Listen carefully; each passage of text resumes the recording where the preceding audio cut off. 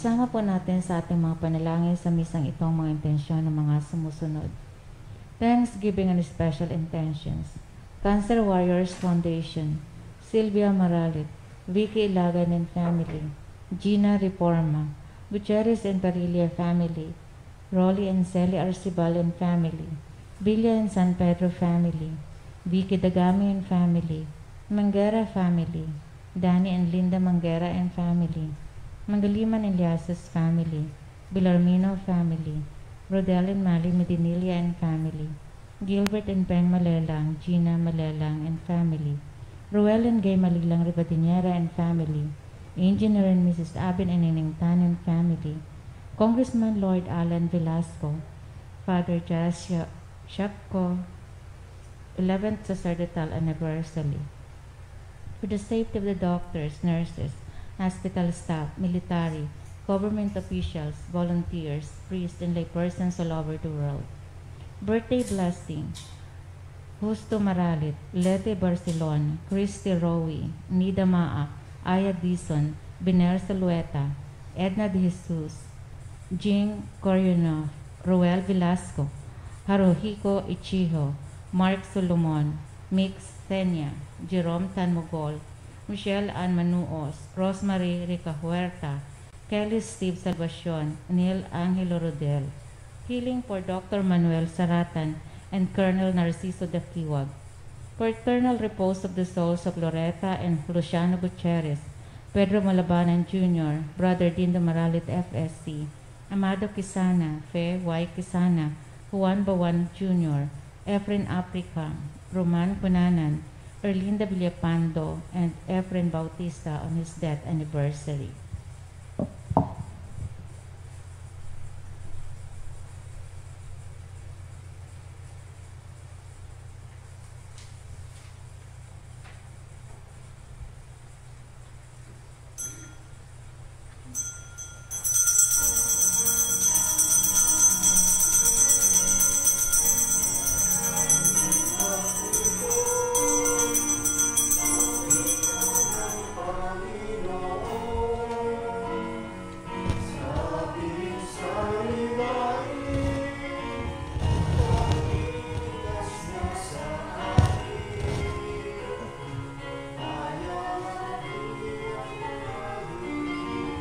Panahong tayo'y inalipin, ng ngalan niya'y ating sambitin.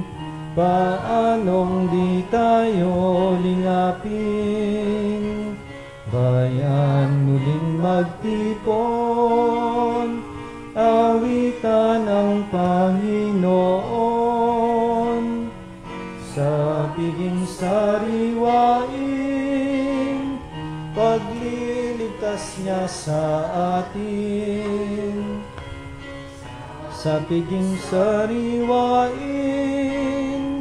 pagliligtas niya sa atin. Sa ngalan ng Ama at ng Anak at ng Espiritu Santo, ang pagpapala ng ating Panginoong Jesucristo, ang pag-ibig ng Diyos Ama at ang pakikipagkaisa ng Espiritu Santo naway sumainyong lahat. Mga kapatid, aminin natin ang ating mga kasalanan upang tayong lahat ay maging marapat gumanap sa banal na pagdiriwang.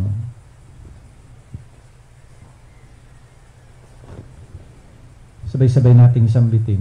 Inaamin ko sa makapangyarihang Diyos at sa inyo mga kapatid na lubha akong nagkasala sa isip, sa salita at sa gawa at sa aking pagkukulang.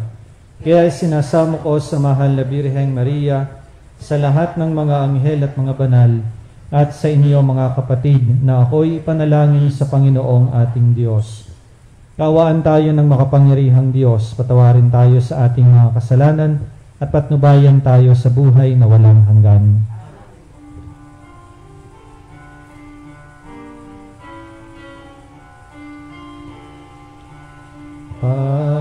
Panginoon, maawa ka.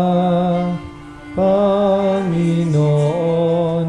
maawa ka.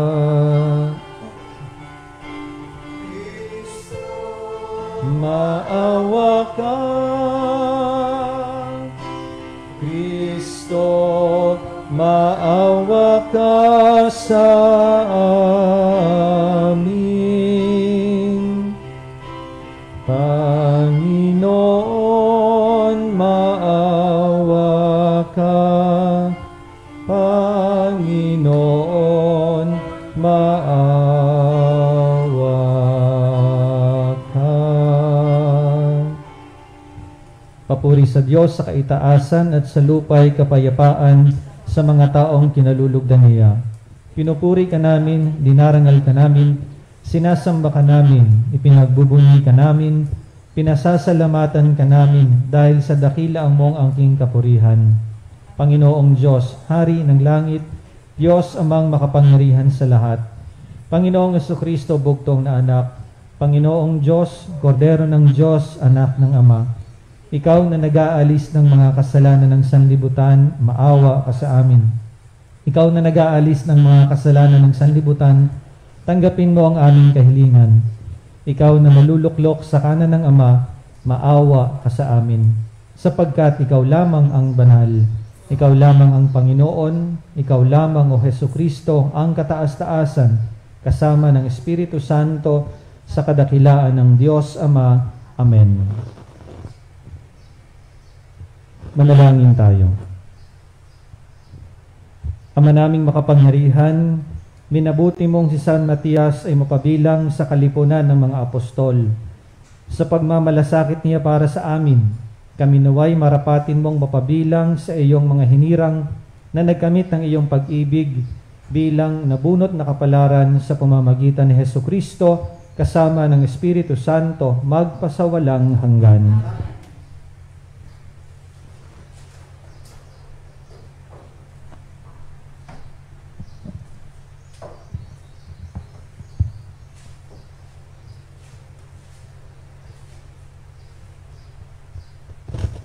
Pagbasa mula sa mga gawa ng mga apostol.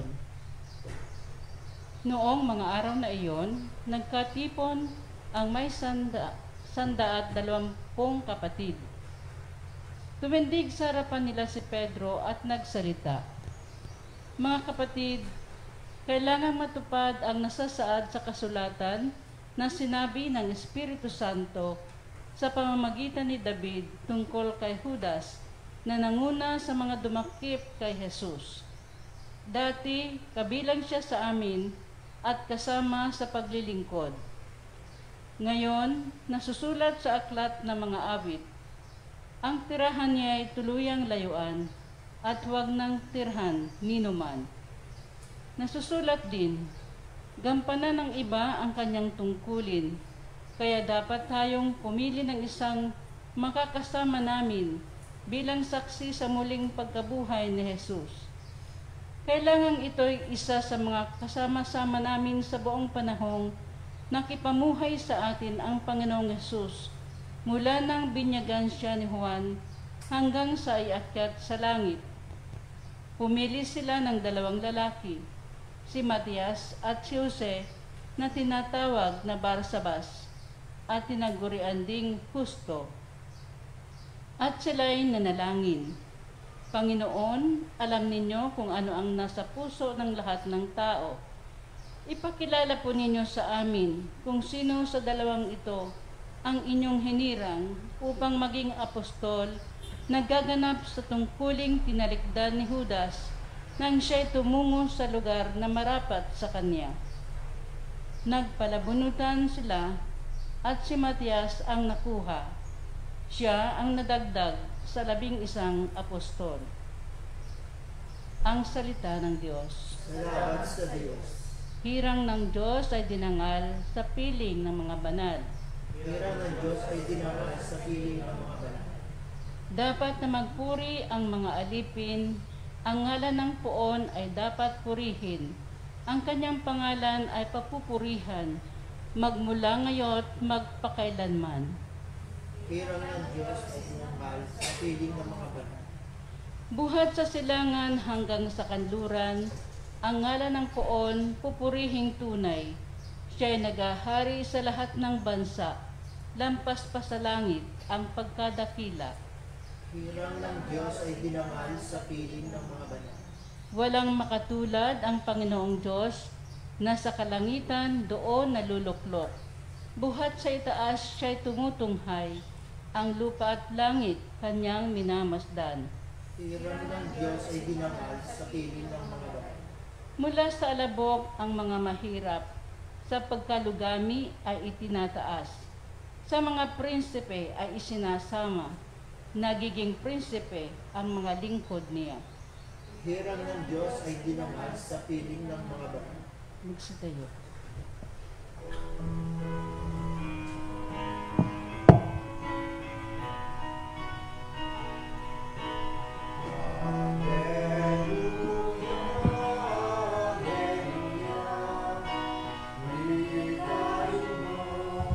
Oo, nakikinig ako sa iyong mga salita.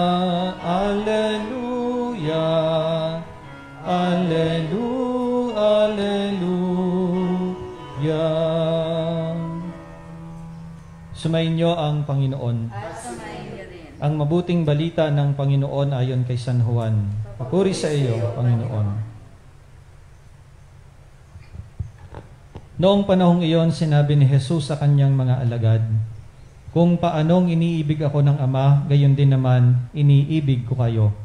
Manatili kayo sa aking pag-ibig. Kung tinutupad ninyo ang aking mga utos, mananatili kayo sa aking pag-ibig.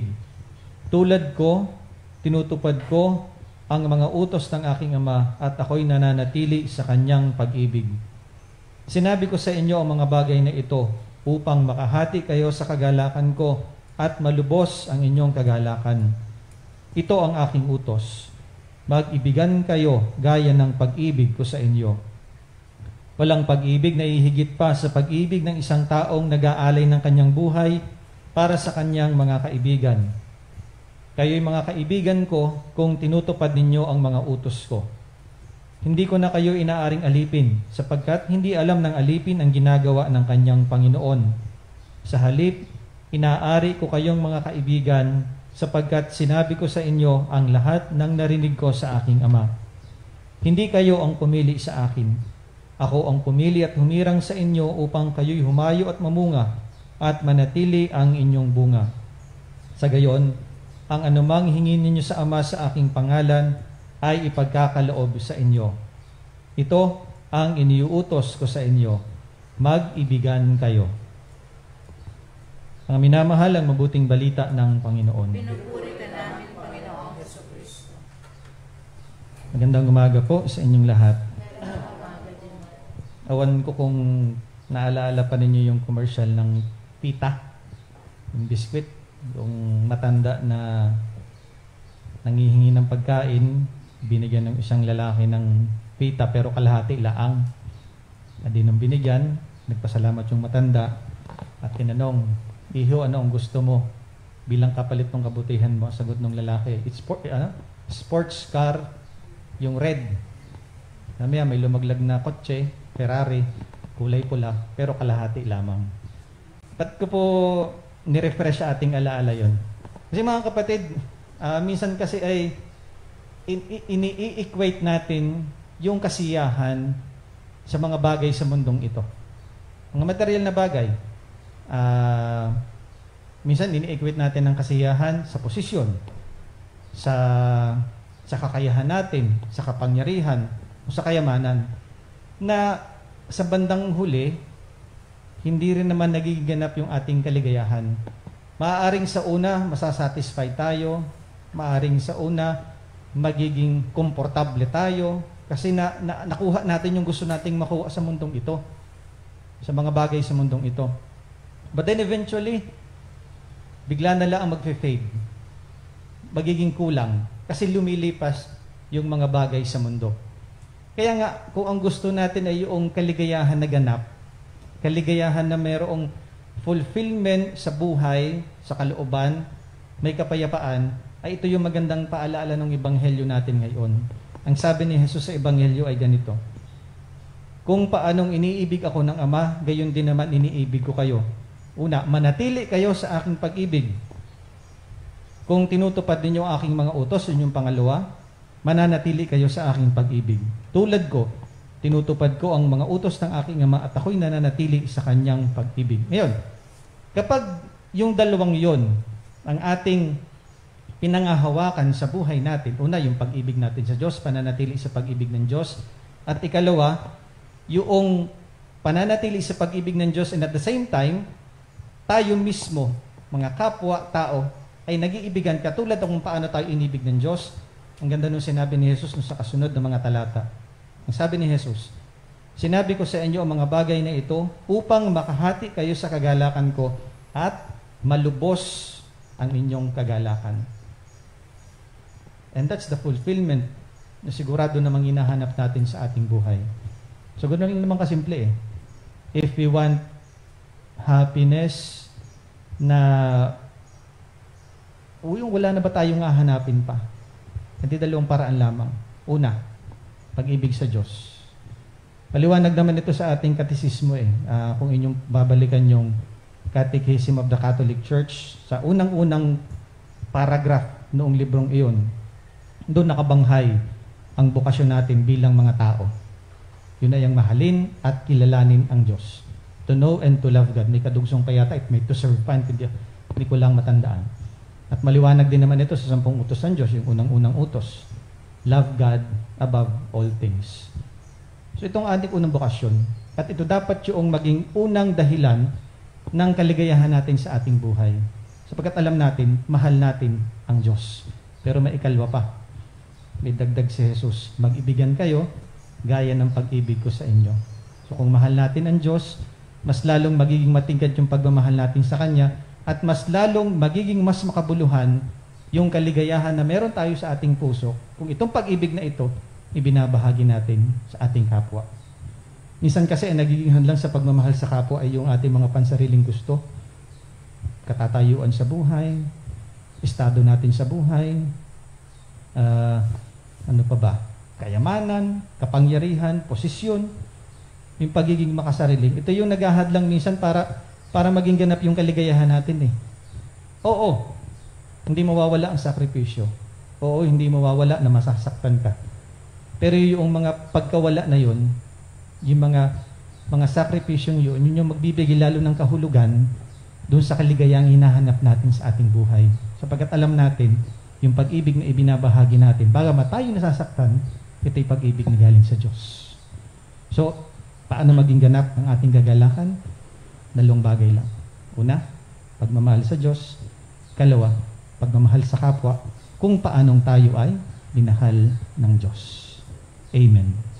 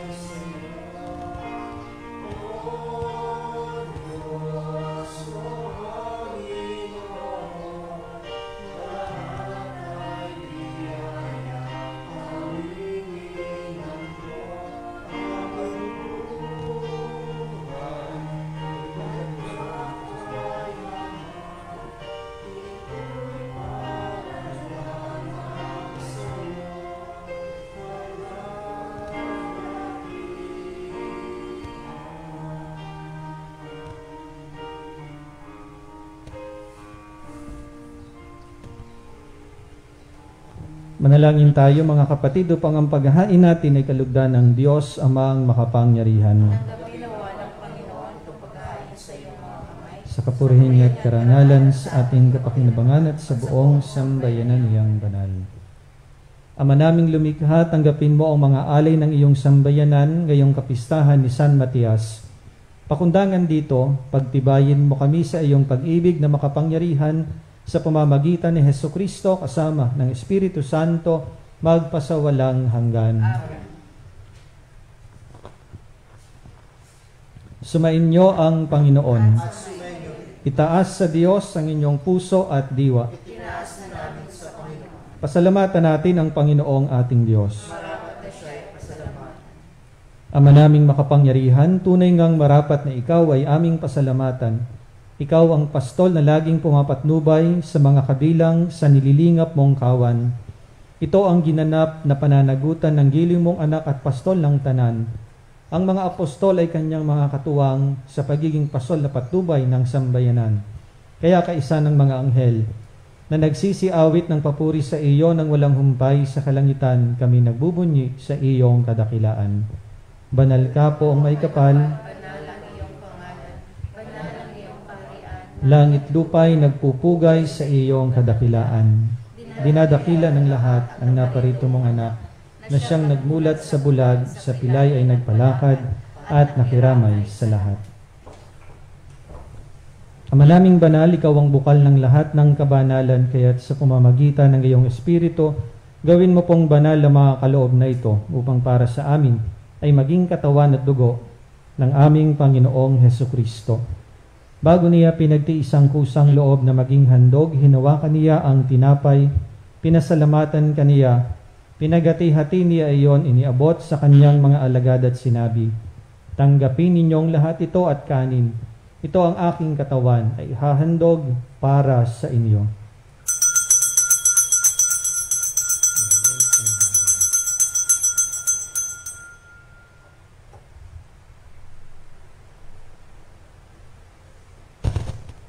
Gayon din naman noong matapos ang hapunan, hinawakan niya ang kalis, muli kaniyang pinasalamatan, iniabot niya ang kalis sa kaniyang mga alagad at sinabi, tanggapin ninyong lahat ito at inumin. Ito ang kalis ng aking dugo, ng bago at walang hanggang tipan. Ang aking dugo na ibubuhos para sa inyo at para sa lahat sa ikapagpapatawad ng mga kasalanan. Gawin ninyo ito sa pag-alaala sa akin.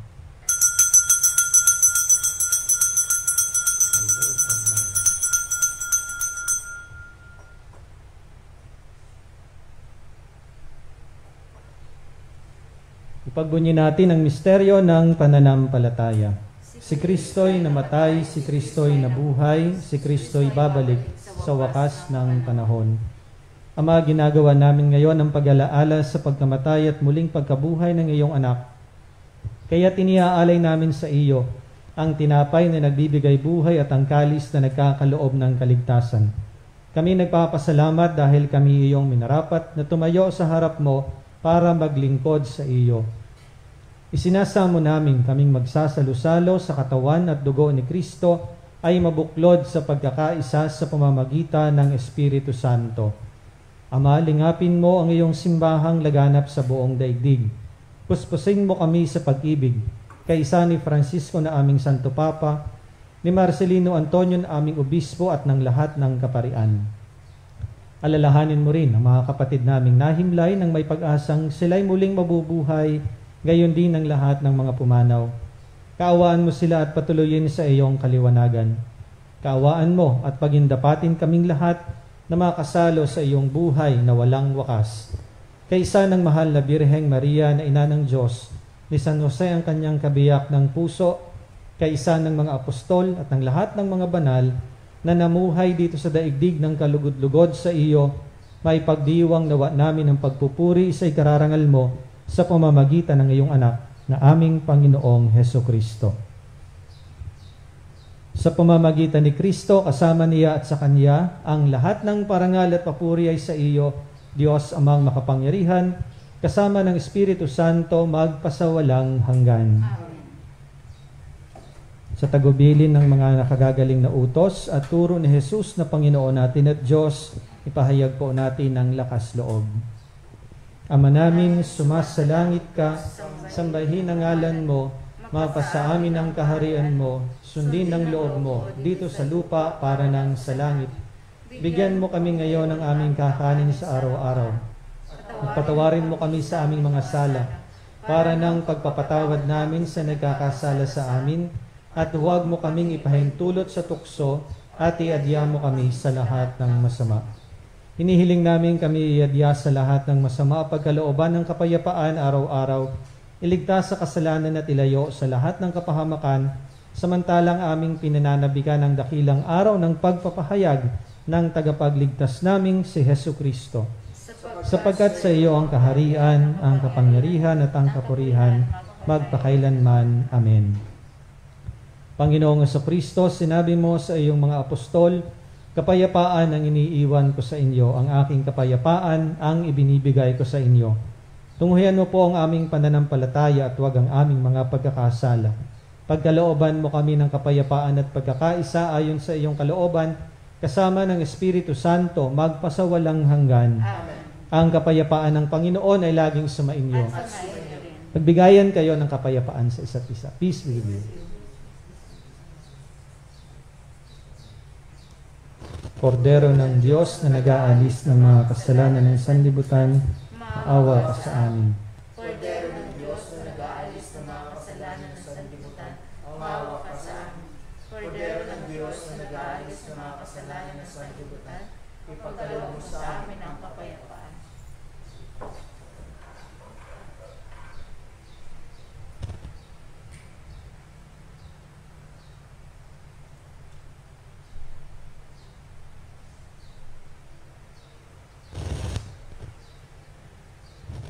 Narito si Kristo, ang Kordero ng Diyos, ang nag-aalis ng kasalanan ng sanlibutan. Mapalad ang mga inaanyayahan sa kanyang piging. Panginoon, hindi ako karapat-dapat na magpatuloy sa iyo, ngunit sa isang salita mo lamang ay gagaling na ako. Pagsanggalang nawa ako ng katawan at dugo ni Kristo para sa buhay na walang hanggan.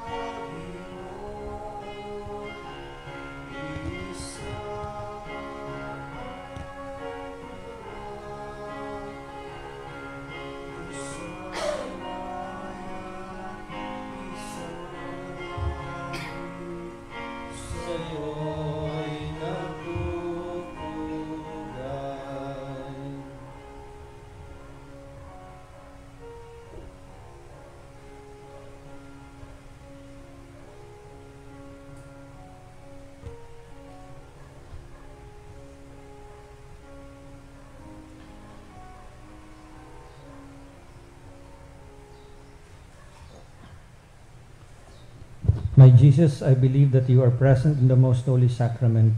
I love you above all things, and I desire to receive you into my soul. Since I cannot at this moment receive you sacramentally, come at least spiritually into my heart. I embrace you as if you were already there, and unite myself wholly to you. Never permit me to be separated from you. Amen.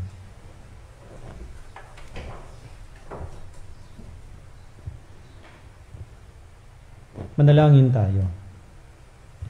Ama naming makapangyarihan, ang iyong angkan ay lagi mong pinapagsalo sa banal na pakikinabang. Bilang tugon sa pagdalangin ni San Matias para sa aming kapakanan, marapatin mong mabunot naming kapalaran ang pamumuhay kapiling ang mga banal sa iyong kaliwanagan sa pamamagitan ni Hesukristo kasama ng Espiritu Santo magpasawalang hanggan. O Diyos amang mapagmahal, muli po kaming lumalapit sa panahong ito ng pagsubok. Hinihiling namin ang inyong biyaya upang aming malampasang lahat ang panganib na dulot ng COVID-19 na marami na ang naapektuhan at maraming buhay na rin ang nakuha. Ipinapanalangin namin ang lahat ng may karamdaman na dulot ng virus na ito ay agaran na sanang gumaling at muling makabalik sa pagpupuri sa inyo.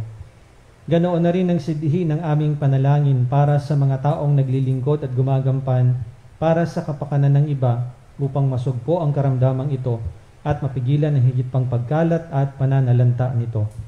Nagpapasalamat po kami sa bakunang naisulong sa patnubay ng iyong mga kamay. Pagpalain mo po ang aming pagsisikap na mawakasan ng mga bakuna ang pandemya sa aming bayan. Sa inyo po namin ipinagkakatiwala ang lahat ng mga mahal namin sa buhay. At kami buong kababaang loob na humihingi ng inyo pong patnubay upang hindi namin malimutang paglingkuran ang mga aba at higit na nangangailangan lalo na sa mga panahong ito. Ang lahat ng ito ay aming inihiling sa pamamagitan ni Hesukristo ang Panginoon namin at ng Espiritu Santo magpasawalang hanggan. Mahal na Birhen ng Biglang Awa, San Jose, San Rafael Arcangel, San Roque, San Lorenzo Ruiz, San Pedro Calungsod. Sumainyo ang Panginoon at pagpalain kayong lahat ng makapangyarihang Diyos, Ama at Anak at Espiritu Santo. Amen. Tapos na ang ating pagdiriwang. Humayo kayong mapayapa. Salamat sa Diyos.